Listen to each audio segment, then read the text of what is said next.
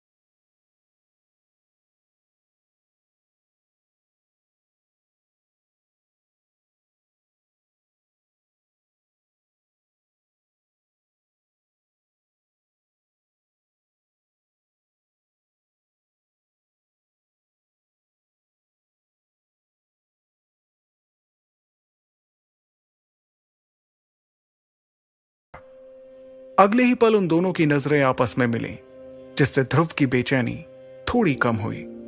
कुछ ही देर में वो दोनों साथ साथ कदम बढ़ाते हुए मैदान से बाहर निकल के जाने लगे। ध्रुव अपने घर शौर्य महल की तरफ बढ़ रहा था। तभी ईरा ने उदास दिख रहे ध्रुव का हौसला बढ़ाते हुए कहा, ध्रुव, तुम्हें उन लोगों की बातों से परेशान नहीं होना चाहिए। मुझे तुम पर पूरा भरोसा है। एक ना एक दिन तुम एकलव्य जरूर बनोगे। ईरा अपने सबसे अच्छे दोस्त को दिलासा देने की कोशिश कर रही थी, लेकिन इस वक्त ध्रुव के जहन में सिर्फ एक ही बात चल रही थी कि आखिर इतनी मेहनत करने के बाद भी उसकी शक्तियां क्यों नहीं बढ़ रही थी। एक तरफ जहां ध्रुव की परेशानियां बढ़ती जा रही थी, तो दूसरी तरफ एक और परेशानी उसके घर की ओर कदम बढ़ा रही थी। लेकिन ध्रुव उस परेशानी से पूरी तरह बेखबर था। ध्रुव और ईरा आखिरकार शौर्य महल पहुंच गए। शौर्य महल में ध्रुव के पिता अरेंद्र, जो कि शौर्य दल के लीडर भी थे, अपने दल के कुछ बुजुर्गों के साथ बैठकर किसी खास मुद्दे पर बातचीत कर रहे थे।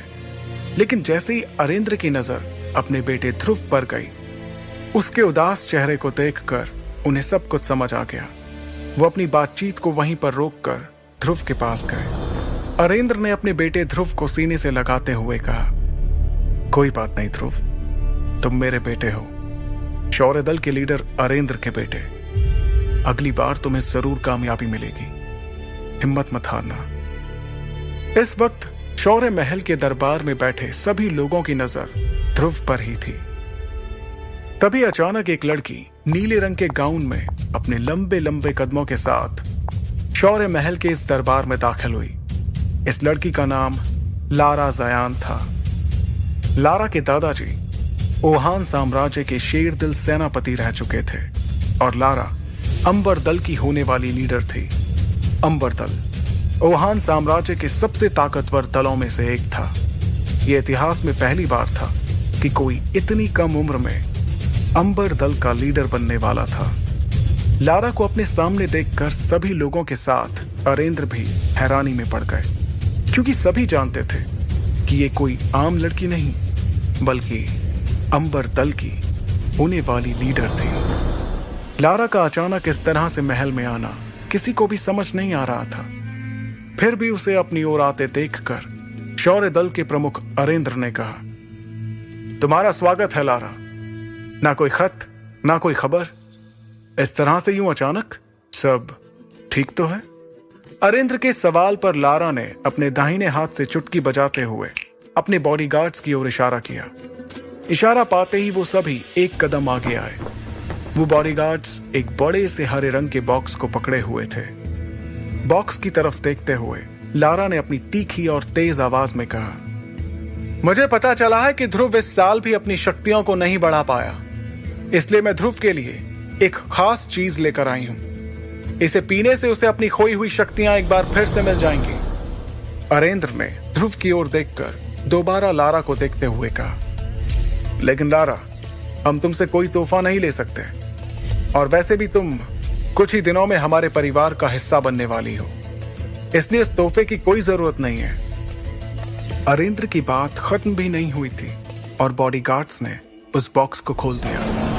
सभी को बॉक्स में हरे रंग की शरबत से भरी बोतलें दिखाई दे रही थीं। वहां मौजूद सभी लोगों ने इस शरबत को पहचान लिया था। अरेंद्र ने उस शरबत की ओर हैरानी से देखते हुए कहा, करिश्माई शरबत? यह तो बहुत ही कीमती शरबत है।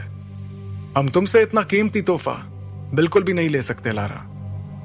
लारा ने देरी किए बिना तुरंत अरेंद्र से कहा, आप जानते हैं ना कि यह करिश्माई शरबत ध्रुव के लिए कितना फायदेमंद साबित हो सकता है। मुझे लगता है कि ध्रुव को इस शरबत को ले लेना चाहिए, क्योंकि अब तो शहर में ध्रुव के लिए तरह तरह की बातें भी होने लगी हैं। उसकी बात का जवाब देते हुए अरेंद्र ने कहा, मैं जानता हूं लारा, और मैं ये भी जानता हूं कि इस करिश्माई शरबत के कई फायदे हैं, लेकिन इस बात से भी इनकार नहीं किया जा सकता कि इससे ध्रुव को कोई फायदा नहीं होगा, क्योंकि उसकी शक्ति 9 सितारों से ऊपर नहीं है। और तुम ये जानती हो ही कि अगर 9वें सितारे से कम शक्ति वाला कोई इस शरबत को लेगा, तो इससे उसकी शक्तियां और भी कम हो सकती हैं। अरेंद्र अपनी बात को पूरी करते उसके पहले ही लारा ने उन्हें टोकते हुए कहा, हाँ मैं जानती हूं कि शक्तियां कम भी हो सकती हैं, तो इसमें इतना परेशान होने वाली कौन सी बात है। ध्रुव का शक्ति का सितारा तो वैसे भी 3 पर ही है।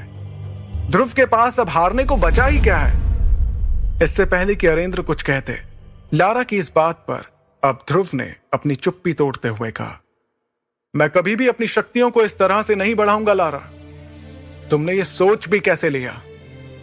लारा ने भी तुरंत इस बात का जवाब दिया, अच्छा तो फिर तुम किस तरह से अपनी शक्तियां बढ़ाओगे।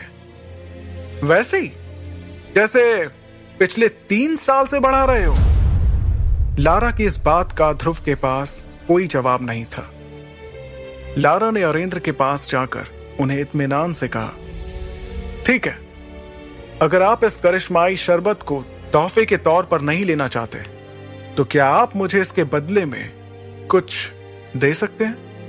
लारा की इस बात पर अरेंद्र ने बिना कुछ सोचे समझे कहा, हाँ हाँ बिल्कुल, क्यों नहीं, हम तुमसे इस शरबत को लिए बिना भी तुम्हें जो चाहिए वो दे सकते हैं।